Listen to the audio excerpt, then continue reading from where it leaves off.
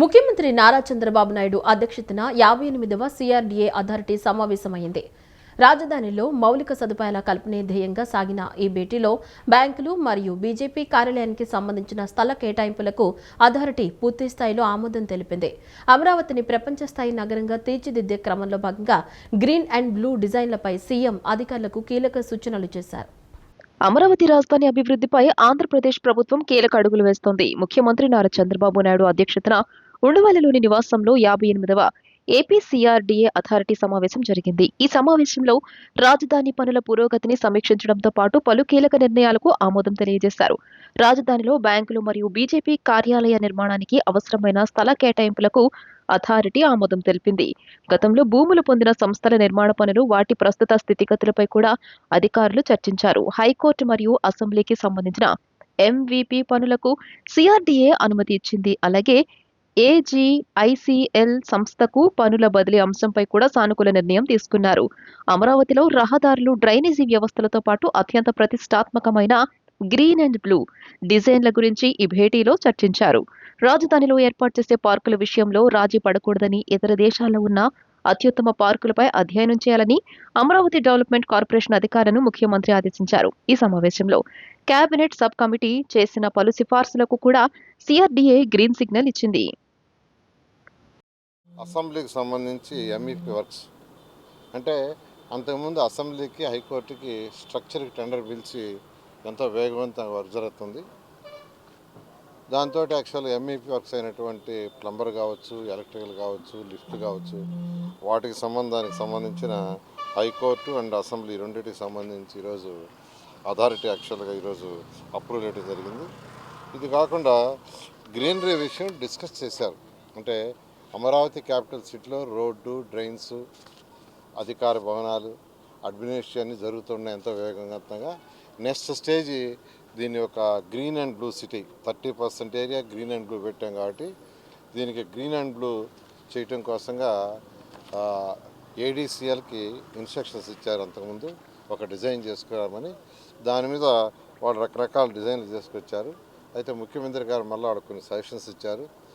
వాటిని మళ్ళీ కన్సల్టెంట్తో డిస్కస్ చేసి ఇంప్రూవ్ చేసుకుని ఇతర దేశాల్లో కూడా ఎలా ఉన్నాయి, ఇతర దేశాలు ఎక్కడ బెస్ట్ పార్క్స్ ఉన్నాయి, అదేవిధంగా గ్రీన్ అండ్ బ్లూ ఎక్కడ బెస్ట్ ఉందో అవన్నీ స్టడీ చేసుకుని రమ్మని చెప్పారు. అది మళ్ళీ స్టడీ చేసుకుని నెక్స్ట్ మీటింగ్ తీసుకురావడం జరుగుతుంది. ఉప ముఖ్యమంత్రి పవన్ కళ్యాణ్ చొరవతో నంద్యాల జిల్లా నందికొట్కూరు మండలంలోని కొణిదెల గ్రామం అభివృద్ధి పదంలో దూసుకుపోతుంది.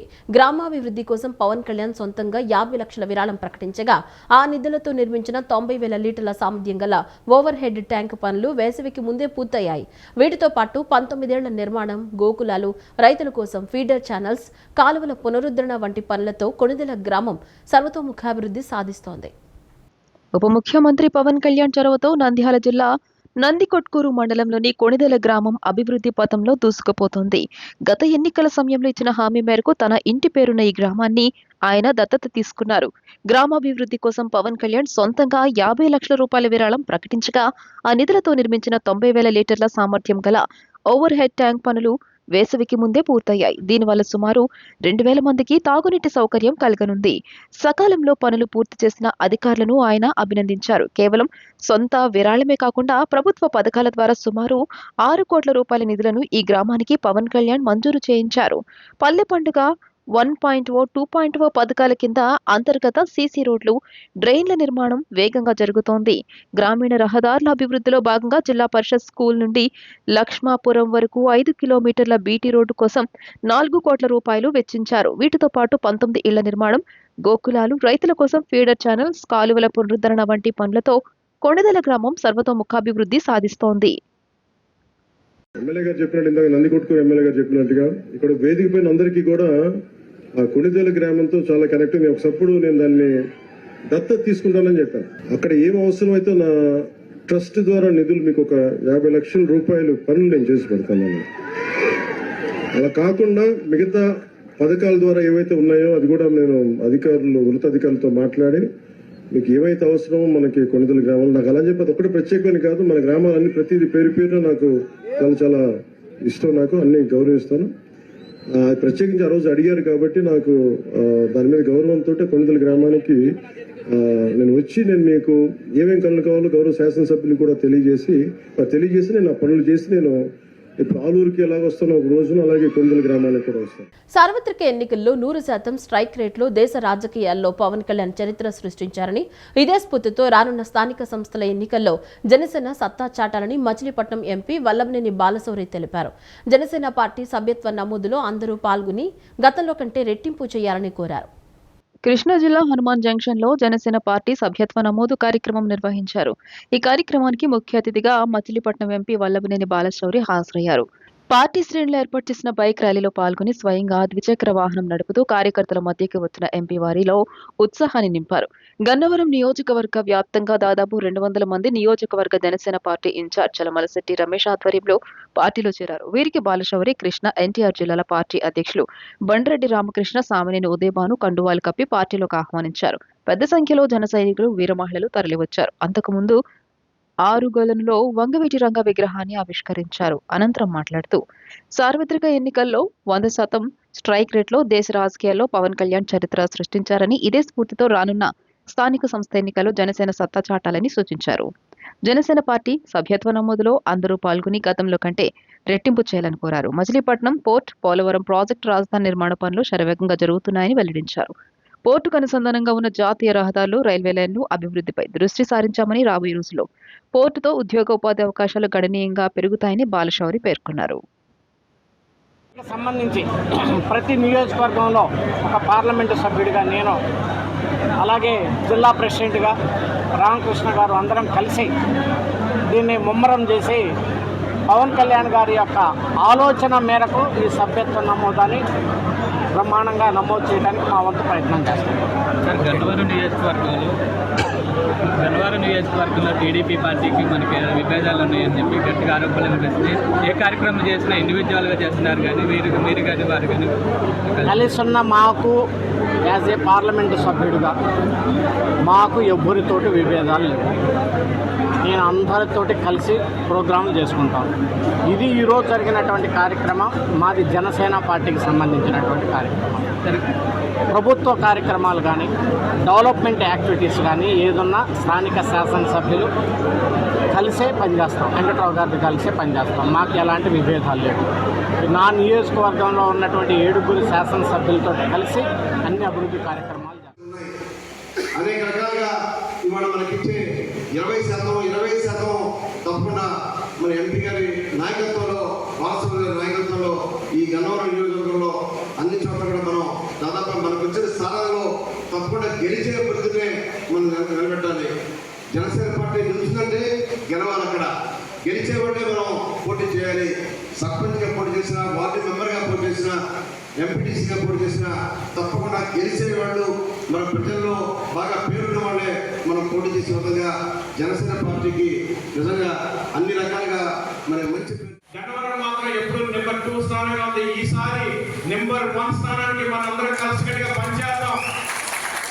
బలంగా పనిచేసినటువంటి వాలంటీర్లు అందరూ గన్నవరం నుంచే ఉన్నారు. 1000కి పైగా సాధించినటువంటి వారు మన గన్నవరం నియోజకవర్గంలో ఉన్నారు. ఎంతో బలమైనటువంటి నియోజకవర్గం గన్నవరం నియోజకవర్గం.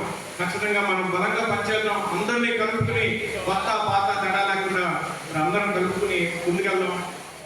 అమరావతి రాజధాని ఏర్పాటైన తర్వాత కాస్మోపాలిటన్ సిటీ కల్చర్ రావాలనే ఉద్దేశంతో హైదరాబాద్తో పోటీగా విజయవాడ నగరాన్ని అభివృద్ధి చేసేందుకు సీఎం చంద్రబాబు నాయుడు కృషి చేస్తున్నారని తూర్పు నియోజకవర్గ ఎమ్మెల్యే గద్దె రామ్మోహన్ తెలిపారు. ప్రజలు ఆరోగ్యాన్ని పరిరక్షించాలనే ఉద్దేశంతో ప్రతి నెల 2, 4వ వారం హ్యాపీ సండే నిర్వహిస్తున్నారని పేర్కొన్నారు. నగరంలోని మున్సిపల్ నగరపాలక సంస్థ ఆధ్వర్యంలో హ్యాపీ సండే నిర్వహించారు. ఈ కార్యక్రమానికి ముఖ్య అతిథిగా తూర్పు నియోజకవర్గ ఎమ్మెల్యే గద్దె రామ్మోహన్, కార్పొరేటర్ ముమ్మనేని ప్రసాద్, పలువురు ప్రముఖులు, మున్సిపల్ అధికారులు పాల్గొన్నారు. స్థానికంగా నివాసం ఉండే పిల్లల నుంచి పెద్దల వరకు పెద్ద సంఖ్యలో తరలివచ్చారు. ముఖ్య అతిథులు, స్థానిక ప్రజలు కలిసి వ్యాయామం, యోగా, ఏరోబిక్ డాన్స్ ఉత్సాహంగా చేశారు. అనంతరం చిన్నారులు సంస్కృతి నృత్యాలు, డాన్స్లో చూపర్లను కట్టిపడేశాయి. అనంతరం గద్దె రామ్మోహన్ మాట్లాడుతూ మనలో సహృదయ వాతావరణాన్ని తీసుకురావాలనే ఉద్దేశంతో హ్యాపీ సండే కార్యక్రమాన్ని ఏర్పాటు చేశారన్నారు.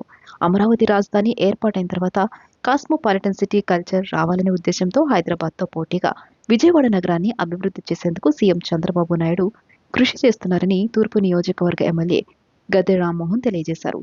చంద్రబాబు చక్కటి ఆలోచనతో గత టీడీపీ ప్రభుత్వం హయాంలో హ్యాపీ సండే కార్యక్రమాన్ని ప్రారంభించారని తెలియజేశారు. ప్రజలు ఆరోగ్యాన్ని పరిరక్షించాలన్న ఉద్దేశంతో ప్రతి నెల 2, 4వ వారం రాష్ట్రమంతటా హ్యాపీ సండే నిర్వహిస్తున్నారని పేర్కొన్నారు. ప్రతి ఒక్కరూ ఈ కార్యక్రమంలో పాల్గొని తమ ఆరోగ్యాన్ని పరిరక్షించుకోవాలని ఎమ్మెల్యే గద్దె రామ్మోహన్ సూచించారు. ప్రతి మీటింగ్లో కూడా ప్రజలు కూడా చెబుతుంటారు, ఆరోగ్యాన్ని మించిన భాగ్యం లేదు. మనకు కోట్లాది రూపాయలు ఉన్న ఆరోగ్యం లేదు, వెళ్ళిపోతాం. అందుకే ఆరోగ్యం డబ్బు కంటే కూడా చాలా విలువైనది. ఆరోగ్యాన్ని కాపాడుకోవడానికి, ప్రజలు దుర్వ్యసనాల నుంచి మంచి మార్గాన్ని నడపడానికి ఇలాంటి కార్యక్రమాలు కూడా ఉపయోగపడతాయి. స్లోగా కొంచెంగా దీన్ని ఇంప్రూవ్ చేసుకెళ్తూ ప్రతి ఒక్కళ్ళకి కూడా అందుబాటులోకి తీసుకెళ్లే విధంగా ఇది విజయవాడ నగరంలో ఇవాళ 4 సార్లు జరుగుతోంది ఈ కార్యక్రమం. అది రానున్న రోజులు ఇంకా దీన్ని మరింత 2వ ఆదివారం, 4వ ఆదివారం మరింత ఉధృతంగా ముందు తీసుకెళ్తారు. మీ అందరూ కూడా శుభాకాంక్షలు తెలియజేస్తే ఈ రోజున షార్ట్ నోటీస్లు ఇది అనౌన్స్ చేశారు. అది వచ్చే ఆదివారం మళ్ళీ 2వ ఆదివారం వస్తుంది కదా, అప్పుడు ఇంకా సందర్గా పబ్లిక్ అందరికి అవేర్నెస్ క్రియేట్ చేసి ఇంకా ఎక్కువ మందితో ఈ కార్యక్రమం చేపడదాం. ఈ కార్యక్రమాన్ని అంతా కూడా మనందరం పాజిటివ్గా తీసుకోవాలి. మా మెడికల్ ఆఫీసర్ గారు నాయక్ గారిని డ్యాన్స్ చేస్తున్న శ్రద్ధ చేసింది. అమ్మల గన్నయమ్మ ముగురమ్మల మూలపుటమ్మ సురారులమ్మ కడుపారుడు బుచ్చి నాయమ్మ తల్లో నమ్మిన వేల్పుటమ్మల మనంబలుండయమ్మ దుర్గమ్మ తల్లి ఉమా కాత్యాయిని గౌరీ కాళి హైమావతి ఈశ్వరి శివ భవాని రుద్రాని శార్వాణి సర్వమంగళ అపన్వ పార్వతి దుర్గా మృడాని అంబిక చండికాంబిక అటువంటి సహస్రమయ్య నామములు కలిగినటువంటి ఆ పార్వతీదేవి మరి యొక్క దుర్గమ్మ తల్లిగా మన విజయవాడ ఉంది. అమ్మవారి మహిమతో రావాలి. అందుకే ఓం హర శంకర హర హర ఓ. సనాతన ధర్మం ఔన్నత్యాన్ని పెంపొందించేలా ఆలయ కమిటీ సభ్యులు కృషి చేయాలని పెనమలూరు ఎమ్మెల్యే బోడే ప్రసాద్ కోరారు. ఉయ్యూరు విష్ణు ఆలయం నూతన ఆలయ కమిటీ ప్రమాణ స్వీకారోత్సవ కార్యక్రమానికి ఎమ్మెల్యే బోడే ప్రసాద్ సమక్షంలో ఘనంగా నిర్వహించారు. పెనమలూరు నియోజకవర్గం ఉయ్యూరు టౌన్లోని విష్ణు ఆలయం నూతన కమిటీ ప్రమాణ స్వీకారం ఘనంగా జరిగింది. ఈ కార్యక్రమానికి ముఖ్య అతిథులుగా ఎమ్మెల్యే బోడే ప్రసాద్తో పాటు మాజీ MLC Babu Rajendra Prasad, Uyyuru municipality chairman Vallabhaneni Satyanarayana, మాజీ మున్సిపాలిటీ చైర్మన్ జంపాల పూర్ణచంద్రరావుతో పాటు తెలుగుదేశం పార్టీ నాయకులు, కార్యకర్తలు పాల్గొన్నారు. ఆలయ కమిటీ నూతన చైర్మన్గా బాల భాస్కర్ రావు ప్రమాణ స్వీకారం చేశారు. ఆయనతో పాటు ఆలయ కమిటీ సభ్యులు ప్రమాణ స్వీకారం చేశారు. ఈ సభలో ఎమ్మెల్యే బోడే ప్రసాద్ మాట్లాడుతూ వైసీపీ ప్రభుత్వం ఆలయాల ప్రతిష్టతను దెబ్బతీసే విధంగా అక్రమాలు చేశారని, తిరుపతి వెంకటేశ్వర స్వామి లడ్డు సైతం కల్తీ నెయ్యితో భక్తుల మనోభావాలు దెబ్బతీసే విధంగా అవినీతికి పాల్పడ్డారని అన్నారు. వారు చేసిన అక్రమాలకు తగిన శిక్ష తప్పక పడుతుందని బోడే ప్రసాద్ తెలియజేశారు. ఆలయ కమిటీ సభ్యులు సనాతన ధర్మం యొక్క ఔన్నత్యాన్ని పెంపొందించే విధంగా పనిచేయాలని పిలుపునిచ్చారు. ఈ సభలో మాజీ ఎమ్మెల్సీ వైసీపీ రాజేంద్ర ప్రసాద్తో పాటు మాజీ మున్సిపల్ చైర్మన్ జంపాల పూర్ణచంద్రరావు ప్రసంగించారు. ఈ సంవత్సరాలు ఒక పీడకల్లాగా గడిచిపోయింది. ప్రజలందరూ కూడా ఒక మంచి ప్రభుత్వాన్ని ఎన్నుకున్నా కూడా ఈరోజు మరి మీరే చూశారు, సినిమా డైలాగులు చెప్తా ఉన్నారు, రప్ప అంటా ఉన్నారు. మరి ఒక పెద్ద నాయకుడినే అధికారం లేకపోయినా మరి ఏ అన్న చూసుకునే వాళ్ళు మరి పబ్లిక్గా బూతులు తిడుతూ ఉన్నారో మీరు అందరూ చూశారు. కానీ ముఖ్యమంత్రి ఎక్కడా కూడా ఇలాంటి భౌతిక దాడులు కానీ ఇంటిపైన దాడులు కానీ రిపీట్ అయితే ఊరుకోనని చెప్పి అందరికీ కూడా వార్నింగ్లు ఇవ్వడం. అది నాయకత్వ లక్షణం, 10 మంది ప్రజా పరిపాలన చేసే వ్యక్తి యొక్క లక్షణం. ఎక్కడా కూడా ఇలాంటి పొరపాట్లు జరగకూడదని చెప్పేసి హోమ్ డిపార్ట్మెంట్ ని, పోలీస్ డిపార్ట్మెంట్ ని కూడా హెచ్చరించి వాళ్ళు చేసిన పొరపాటు చట్టపరంగా చర్యలు తీసుకోవాలి తప్పితే ఎక్కడా కూడా దాడులు జరగటానికి ఇల్లేదని చెప్పి ఆ క్షణమే ఆగిపోవాలని చెప్పేసి అందరినీ కూడా తీవ్రంగా మండలించి హెచ్చరించడం కూడా జరిగింది. మరి అయినా బుద్ధి రాకుండా నిన్న మన రాజేంద్ర ప్రసాద్ గారు చెప్పినట్టు ఆయనకి నమ్మకం బాగా తిరుమల తిరుపతి దేవస్థానం బాగా ఎక్కువ సార్లు వెళ్తూ ఉంటారు. అక్కడికి వెళ్తే చెప్పులు మనం కాటేజ్లోనే వదిలేసి వెళ్తాం. ప్రసాదం తీసుకునేటప్పుడు చిన్న గుళ్ళోకి వచ్చిన చెప్పులు తీసి ప్రసాదం తీసుకుంటారు. మరి అలాంటిది నిన్న శాసన మండలిలో మరి దేవుని పట్టాలు పట్టుకొని మరి వాళ్ళు చేసిన ప్రవర్తన మీరందరూ కూడా చూశారు. ఒకటే చెప్తా ఉన్నా, శిక్ష అనేది ఎప్పుడో ఉండదు, మనం చూస్తూనే ఉంటాం. మనం చేసే మంచి మనకి శ్రీరామ రక్ష అయితే, మనం చేసే చెడు వాళ్ళకి శిక్షగా మిగిలిపోతుంది.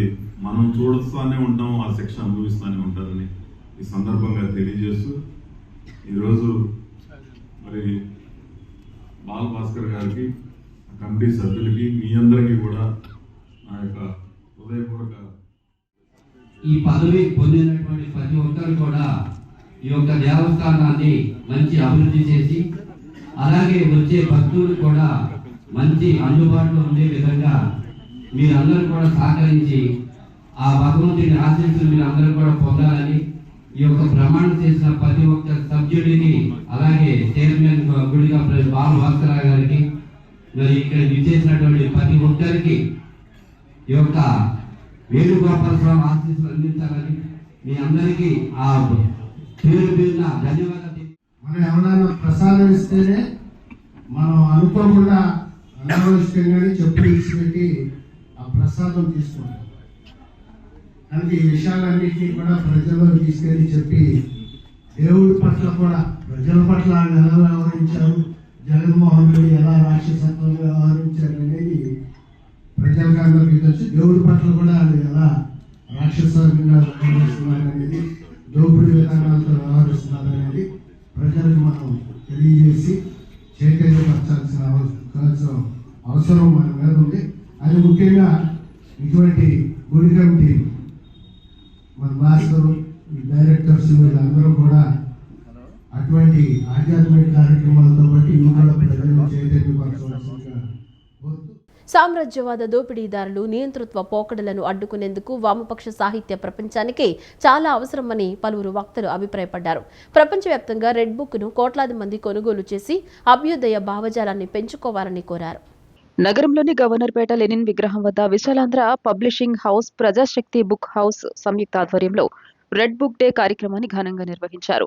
సామ్రాజ్యవాదం పెట్టుబడిదారీ విధానపు అత్యున్నత దశ అనే పుస్తకాన్ని సిపిఐ, సిపిఎం రాష్ట్ర కార్యదర్శులు గుజ్జల ఈశ్వరయ్య, వి శ్రీనివాసరావు తదితరులు కలిసి ఆవిష్కరించారు. అంతకుముందు ప్రజానాట్య మండలి కళాకారులు విప్లవ గేయాలను ఆలపించి ఆకట్టుకున్నారు. విశాలాంధ్ర విజ్ఞాన సమితి మనోహర్ నాయుడు అధ్యక్షత వహించారు.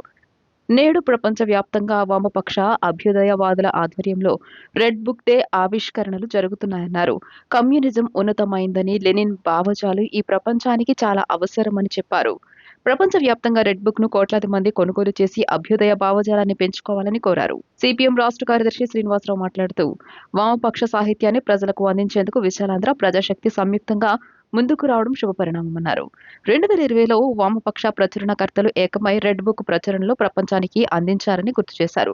మార్క్సిజం, లెనినిజంపై వేలాది పుస్తకాలు అమ్ముడయ్యాయని తెలియజేశారు. ఈ సమావేశంలో సిపిఐ జాతీయ కార్యవర్గ సభ్యులు అక్కినేని వనజ, జిఆర్కే పోలవరపు సంస్కృతి సమితి ప్రతినిధి గోళ్లనారాయణరావు, సిపిఐ నగర కార్యదర్శి కోటేశ్వరరావు, సిపిఎం నగర కార్యదర్శి దోనపూడి కాశీనాథ్, పలువురు వామపక్ష నాయకులు పాల్గొన్నారు. ప్రపంచం సంక్షోభంలో పడ్డ ప్రతి సందర్భంలో కూడా కమ్యూనిస్టు ప్రణాళిక ఒక దిక్సూచిలాగా ఈ ప్రపంచానికి అందిస్తున్న నేపథ్యంలో ఈ రెడ్ బుక్ డే అనేటువంటిది అత్యంత ప్రాధాన్యతతో కూడుకున్నటువంటి అంశంగా మేము కమ్యూనిస్టులుగా భావిస్తాను. దీన్ని మరింత పెద్ద ఎత్తున అన్ని స్థాయిలకు కూడా తీసుకొని పోయి పుస్తక పఠనం అన్నటువంటి దాన్ని చూపించి, దాన్ని విజ్ఞానాన్ని అందించి, తద్వారా సైంటిఫికల్గా ఈ ప్రపంచంలో జరుగుతున్నటువంటి దోపిడీకి వ్యతిరేకంగా నిలబడేటువంటి ఒక ఆయుధాన్ని ఈ యొక్క రెడ్ బుక్ డే సందర్భంగా అందించడానికి కావాల్సినటువంటి ప్రయత్నం జరుగుతుందని చెప్పేసి ఈ సందర్భంగా విశాలాంధ్ర వారిని, ప్రజాశక్తి వారిని ఈ కార్యక్రమాన్ని ఏర్పాటు చేసినందుకు వారికి అభినందనలు తెలియజేస్తా ఉన్నాను. మనకు దేశ అభివృద్ధికి తోడ్పడాలనంటే ఒక సోషలిజంలోనే సాధ్యం అనేటువంటిది ఈరోజు పరిణామాలు. క్యాపిటలిజం, ఈ సరళీకరణ విధానాలు ఏ విధంగా కూడా టెక్నాలజీ అభివృద్ధికి తోడ్పడవు. ఇవి మరీ ఆటంకంగా మారుతుంది టెక్నాలజీ అభివృద్ధికి. అందుకని ఈరోజు అందరూ ఇంజనీర్లు కావచ్చు, లేదా మేధావులు కావచ్చు, మరలా యంగ్ జనరేషన్, జెడ్ కాదు ఆల్ఫా జనరేషన్, ఇక భవిష్యత్తు ఆల్ఫా జనరేషన్దే. ఆ ఆల్ఫా జనరేషను హై స్కూల్ స్థాయి నుంచి ఈరోజు మార్క్స్, లెనిన్, స్టాలిన్, మావో ఏళ్ళని గురించి ఇప్పుడు సర్చింగ్ చేస్తున్నారంటేనే భవిష్యత్తు సోషలిజం అని అర్థమవుతుంది. అందుకని ఫిబ్రవరి 21 ఇది ఒక రోజు వ్యవహారం కాదు, రెడ్ బుక్స్ డేకి భవిష్యత్తు ఉందనేది సాహిత్యం అమ్ముడుపోతున్నటువంటి, డిమాండ్ అవుతున్నటువంటి స్థితి కూడా ఈరోజు ఇది వెల్లడి చేస్తూ ఉంది. అందుకని రాష్ట్ర ప్రజలు కూడా వామపక్ష సాహిత్యాన్ని ముఖ్యంగా ప్రజాశక్తి విశాలాంధ్ర వాళ్ళు రూపొందిస్తున్నటువంటి మహర్షి సాహిత్యాన్ని ఆదరించాలని యావత్ తెలుగు పాఠకులకు నేను విజ్ఞప్తి చేస్తాను. రాష్ట్రంలో ఎండ తీవ్రత క్రమేపీ పెరుగుతోంది. శనివారం పగటి ఉష్ణోగ్రతలు సాధారణం కంటే 2-3 డిగ్రీలు ఎక్కువగా నమోదయ్యాయి. దేశంలోనే అత్యధికంగా కర్నూలు, నందిగామల్లో 37 డిగ్రీల గరిష్ట ఉష్ణోగ్రత నమోదైంది. రాష్ట్రంలో ఎండ తీవ్రత క్రమేపీ పెరుగుతోంది. శనివారం పగటి ఉష్ణోగ్రతలు సాధారణం కంటే 2-3 డిగ్రీలు ఎక్కువగా నమోదయ్యాయి. దేశంలోనే అత్యధికంగా కర్నూలు, నందిగామాల్లో 37 డిగ్రీల గరిష్ట ఉష్ణోగ్రత నమోదైంది. ఏజెన్సీ శివారు ప్రాంతాల్లో మాత్రం రాత్రిపూట చలి ప్రభావం కొనసాగుతోంది. కాగా శనివారం ఉదయం ఆగ్నేయ బంగాళాఖాతంలో ఏర్పడిన అల్పపీడనం పశ్చిమ వాయువ్యంగా పయనించి నైరుతి బంగాళాఖాతం, హిందూ మహాసముద్రంలో ప్రవేశించింది. రానున్న 24 గంటల్లో పశ్చిమ వాయువ్యంగా పయనించి మరింత బలపడుతోందని వాతావరణ శాఖ తెలిపింది. అల్పపీడనం ప్రభావంతో ఆది సోమవారాల్లో కోస్తా రాయలసీమలోని పలు జిల్లాల్లో పిడుగులతో కూడిన వర్షాలు పడే అవకాశం ఉంది. తూర్పు గోదావరి జిల్లాలో అక్కడక్కడ తేలికపాటి నుంచి మోస్తరు వర్షాలు, పశ్చిమ గోదావరి, ఏలూరు, కృష్ణా, ఎన్టీఆర్, గుంటూరు, చిత్తూరు, తిరుపతి, అన్నమయ్య జిల్లాల్లో కొన్ని చోట్ల పిడుగులతో కూడిన తేలికపాటి వర్షాలు కురిసే అవకాశం ఉందని విపత్తుల నిర్వహణ సంస్థ తెలియజేసింది. ఆర్ఎస్ఎస్ కార్యక్రమాలు చక్కటి సమయ పాలనతో ఎంతో క్రమశిక్షణగా జరుగుతుంటాయని సిఐడి మాజీ అధికారి పివి సునీల్ కుమార్ అభిప్రాయం వ్యక్తం చేశారు. దేశానికి అత్యుత్తమ పదవి అలంకరించిన పూర్వపు ఉపరాష్ట్రపతి ముప్పవరపు వెంకయ్యనాయుడు ఆర్ఎస్ఎస్ సమావేశాలకు వెళ్లినా కింద కూర్చుంటారన్నారు. ఆయన అంత పెద్ద హోదాలో ఉన్న వేదికపైకి ఆహ్వానించారని, అది ఆర్ఎస్ఎస్ క్రమశిక్షణకు నిదర్శనమన్నారు. కొన్ని సమావేశాల్లో వేదికపై ఆహ్వానించలేదని మనలో కొంతమంది అలుగుతుంటారని, మన వారికి కూడా చాలా క్రమశిక్షణ అవసరమని తెలిపారు. ఆర్ఎస్ఎస్ సమావేశాలకు ఎందుకు వెళ్లారని నన్ను చాలా మంది ప్రశ్నించారని, ఆర్ఎస్ఎస్ దళితులకు ఎటువంటి ప్రాధాన్యతను ఇస్తున్నారని వారిని అడగడానికి వెళ్లానని పివి సునీల్ కుమార్ స్పష్టం చేశారు. క్రమశిక్షణ చాలా ముఖ్యం. నేను ఈ మధ్యన ఒక పోస్ట్ పెట్టాను, ఆర్ఎస్ఎస్ కార్యక్రమాలు ఎలా జరుగుతాయి అనేది ఒక పోస్ట్ పెట్టాను. పెట్టినప్పుడు చాలామంది వాళ్ళు మీరు ఎందుకు వెళ్ళారు అక్కడికి, వెళ్ళారు సరే ఈ పోస్ట్ ఎందుకు పెట్టారు అన్నారు. అందులో నేను చెప్పింది 4 విషయాలు నేర్చుకోమని, వాళ్ళ సిద్ధాంతాన్ని అంగీకరించమని నేను చెప్పలా. అంటే మన వాళ్ళకి చెప్పింది ఏంటో వినరు, అది తప్ప అన్నీ మాట్లాడతారు. మీరు ఆర్ఎస్ఎస్ సిద్ధాంతాన్ని అంగీకరించమని నేను చెప్పలా. చెప్పింది ఏంటంటే వాళ్ళు సమయపాలన కరెక్ట్గా టైంకి వస్తున్నారు. అందరూ నిశ్శబ్దంగా అన్ని వేల మంది అక్కడ ఉన్నా కూడా నిశ్శబ్దంగా చెప్పేది ఆలకిస్తున్నారు. మరొకటి, మాజీ భారతదేశ ఉపరాష్ట్రపతి వెంకయ్యనాయుడు గారు, ఆయన ఆర్ఎస్ఎస్ సభ్యుడు. ఆయన అంత హోదాలో ఉండి కూడా వచ్చి అలా కింద కూర్చున్నాడే తప్ప పైకి వెళ్ళలేదు, ఆయన్ని ఆహ్వానించలేదు. ఎందుకంటే అది ఆర్ఎస్ఎస్ ప్రోటోకాల్. సంఘ సభ్యులు ఎవరైతే ఉంటారో వాళ్ళు మాత్రమే పైన కూర్చుంటారు తప్పితే ఆ కింద నువ్వు భారత ఉపరాష్ట్రపతి అయినా మాజీ రాష్ట్రపతి అయినా ఎవరైనా సరే సంఘం ముందు నువ్వు మామూలు సభ్యుడు మాత్రమే. ఆ డిసిప్లిన్ ఉంది కాబట్టే వాళ్ళు ఈ రోజున అంత ప్రభావవంతంగా పనిచేయగలుగుతున్నారు. కొట్లాడుకోరు, నన్ను వేదికెక్కించు, నన్ను ఎక్కించవా, నాతో మాట్లాడించవా, ఇట్లా కొట్లాడుకోరు. అలాగే వేదిక మీద 4 ఉంటే అందరూ మాట్లాడరు, ఒకనే మాట్లాడు. పింగళి వెంకటకృష్ణారావు రచనలు పాఠకుల ఆదరణ పొందుతాయని పలువురు వక్తలు అన్నారు. బోధనతో పాటు ఉపన్యాసాలు, కావ్యాలు, నాటకాలు ద్వారా సాహిత్యానికి విశేష సేవలందించారని ప్రశంసించారు. నగరంలోని Gandhinagar press club, Sri Ramalingeswara cultural association ఆధ్వర్యంలో కవితా కృష్ణ పింగళి వెంకటకృష్ణారావు రచించిన శతపత్రం, ప్రభావతి, ప్రద్యుమ్నం శాతవాహన కళాశాల విశ్రాంత ప్రిన్సిపల్ ఉయ్యూరు సాంబిరెడ్డి, గోళనారాయణరావు, పాలపర్తి శ్యామలానంద ప్రసాద్, పింగళి కమలాకేసరి, గుమ్మ సాంబశివరావు, సాహితీ కిరణ మాసపత్రిక సంపాదకులు పుత్తూరు సుబ్బారావు, పలువురు ప్రముఖులు కలిసి గ్రంథాన్ని ఆవిష్కరించారు. అనంతరం మాట్లాడుతూ బోధనతో పాటు ఉపన్యాసాలు, కావ్యాలు, నాటకాల ద్వారా సాహిత్యానికి విశేష సేవలందించారని ప్రశంసించారు. సాహిత్య వికాసానికి గ్రంథకర్త చేస్తున్న కృషి ప్రశంసనీయమని పేర్కొన్నారు. మన తెలుగు పద్యం వంటి శీర్షికల ద్వారా ప్రాచీన కావ్య వైభవాన్ని పింగళి సమర్థంగా ఆవిష్కరించారని చెప్పారు. ఈ కార్యక్రమంలో కానుగోళ్ల బాలకృష్ణ అసోసియేషన్ ప్రధాన కార్యదర్శి పివిఎస్ రామారావు తదితరులు పాల్గొన్నారు. నా సాహిత్య ప్రయాణంలో నాకు చేదోడు వాదుగా నిలబడ్డారు. ఈ మిత్రుల యొక్క సాహచర్యమే అదే నా కీర్తి, దానిని కీర్తిగా భావిస్తున్నాను. ఇది లక్ష్మీకాంతం గారి మీద, పింగళి సోరణ మీద 3 కావ్యాలు ఉన్నాయి. 3 కావ్యాల మీద నేను రచనలు చేశాను. ఇది ఒక రకంగా పితృదేవతల రుణం, ఋషి రుణం తీర్చుకోవడం లాంటిది. మనం అందరం కూడా మన పూర్వ ఋషులు, వాళ్ళ శాస్త్రజ్ఞులు కానీ, కవులు కానీ, వాళ్ళు ఏ పరమార్థం కోసం అయితే రచించారో దాన్ని తర్వాత తరాలకు అందించటమే విద్యావంతులైన మా వంటి వారి యొక్క లక్ష్యం. అంతర్లక్ష్యం కూడా అట్లానే ఉండాలని కోరుకుంటున్నాను. ఆస్తి అందరు ఇస్తారు, సంపద ఇస్తారు, అట్లనే రూపం మా అబ్బాయికి నా పోలికలు వస్తాయి. కానీ నా సాహిత్యం నా సహచరులకి, నా మిత్రులకి, నేను సంచరించిన ప్రజలందరికీ కూడా అందించాలని నేను కోరుకుంటున్నాను. శాతవాహన కళాశాలలో 28 సంవత్సరాలు నేను ఉద్యోగం. వారి దగ్గర నుంచి ఇంకా ఇటువంటి ఈ ప్రభావతి ప్రద్యుమ్నం కంటే ముందు చాలా రాశారు. అలాగే ఆ తర్వాత కూడా ఇంకా చాలా ఇటువంటి ఆ ప్రబంధాల్లో ఉన్న, ఆ తర్వాత పురాణాల్లోనూ ఇటువంటి వాటిలో ఉన్న ఆ రుచిని అందరికీ వారి రచనల ద్వారా వడ్డించాలని, పంచాలని, మేమందరం కూడా అటువంటి ఆ ప్రబంధాల్లో ఉన్న గొప్పతనాన్ని తెలుసుకోవాలని, ఆ కల్పనల్ని ఆస్వాదించాలని మేము కోరుకుంటూ, మాతో పాటు ఇవాల్టి ఈ తెలుగుని కొంత రకరకాల ఉపాధుల కోసం కానీ ఇంకా ఇతర కారణాల మూలంగా కానీ నిర్లక్ష్యం చేస్తున్న వాళ్ళందరూ కూడా ముందుకు వచ్చి వాటిని ఆస్వాదించాలని చెప్పి మేము కోరుకుంటున్నాం.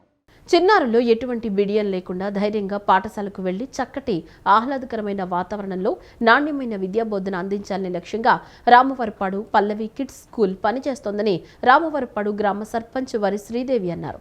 చదువు, పోటీతత్వం, దేశభక్తి, మన సంస్కృతి, సాంప్రదాయాలు ఇలా అన్ని విభాగాల్లో చిన్నారులకు చక్కటి బోధన అందిస్తున్నారని కొనియాడారు.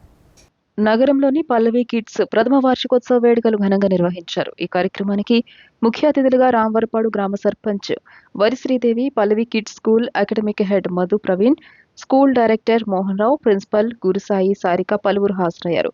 జ్యోతి ప్రజ్వలన చేసిన వార్షికోత్సవ వేడుకలను ప్రారంభించారు. అనంతరం వివిధ అంశాల్లో ప్రతిభ సాధించిన విద్యార్థుల పథకాలు, ప్రశంసా పత్రాలను అందజేశారు. అనంతరం గ్రామ సర్పంచ్ వరి శ్రీదేవి మాట్లాడుతూ పల్లవి స్కూల్ను ఇంటర్నేషనల్ స్టాండర్డ్స్తో ముందుకు తీసుకెళ్తున్నారని, ఇది రామవరపాడు గ్రామానికి కీర్తి కిరీటంగా నిలుస్తోందన్నారు. రామవరపాడు కాకుండా ఇతర ప్రాంతాల వారు ఎక్కడికి వెళ్లకుండా తమ పిల్లలను పల్లవి కిడ్స్ స్కూల్ చేర్చే అవకాశాన్ని కల్పించారన్నారు. చదువు, పోటీతత్వం, దేశభక్తి, మన సంస్కృతి అన్ని విభాగాల్లో చిన్నారులకు చక్కటి బోధన అందిస్తున్నారని కొనియాడారు. అనంతరం గురుసాయి, సారిక మాట్లాడుతూ పల్లవి కిడ్స్ స్కూల్ హైదరాబాద్లో 30 స్కూల్స్ పైగా ఉన్నాయని తెలియజేశారు. Delhi public school, franchise school, Pallavi kids school పనిచేస్తున్నారు. విజయవాడ రామవరపాడు మొట్టమొదటి బ్రాంచ్ ప్రారంభించామని తెలియజేశారు. కాంపిటీషన్ గా తీసుకుని కరికులం సిబిఎస్ఈ పిల్లలకు అందిస్తున్నారని తెలియజేశారు. చిన్నారులకు యాక్టివిటీస్, బేస్ లెర్నింగ్, క్రీడలు, సాంస్కృతిక కార్యక్రమాలు, సంక్రాంతి, క్రిస్మస్, రంజాన్ పండుగలను ఘనంగా నిర్వహించి వాటి విశిష్టతను తెలియజేస్తామని తెలిపారు. Pallavi kids school pre primary to grade 2 వరకు విద్యార్థులకు చక్కటి విద్యా బోధనను అందిస్తున్నామని తెలిపారు. అనంతరం చిన్నారులు చేసిన డాన్సులు చూపర్లను కట్టుపడేశాయి.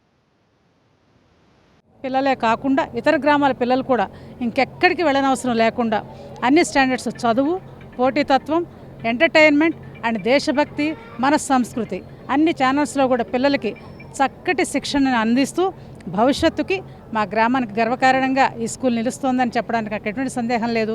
ఇటువంటి ఒక మంచి స్టెప్ని తీసుకుని మా గ్రామానికి ఇంతటి మంచి కీర్తిని కట్టబెడుతున్నందుకు ఈ ప్రిన్సిపల్ సాయి గారికి, అలాగే మేడం హారిక గారికి, సారిక గారికి నా కృతజ్ఞతలు తెలియజేస్తున్నాను, నా అభినందనలు కూడా తెలియజేస్తున్నాను. This is a franchised brand. We have along with our regular curriculum, we have curricular activities like dance, painting, karate. We encourage the students in all the other activities also, along with the regular academics and curriculum. Book learning ఎంతో ఉంటుందో దాంతోపాటు base of activity learning. If you see in our page you can see all activities like Sankranti, Christmas, every festival we will celebrate with a live experience to the children to learn it as a activity base. So like that we are doing sports, everything we are doing like annual day functions. Today you are seeing it's very much we are doing late.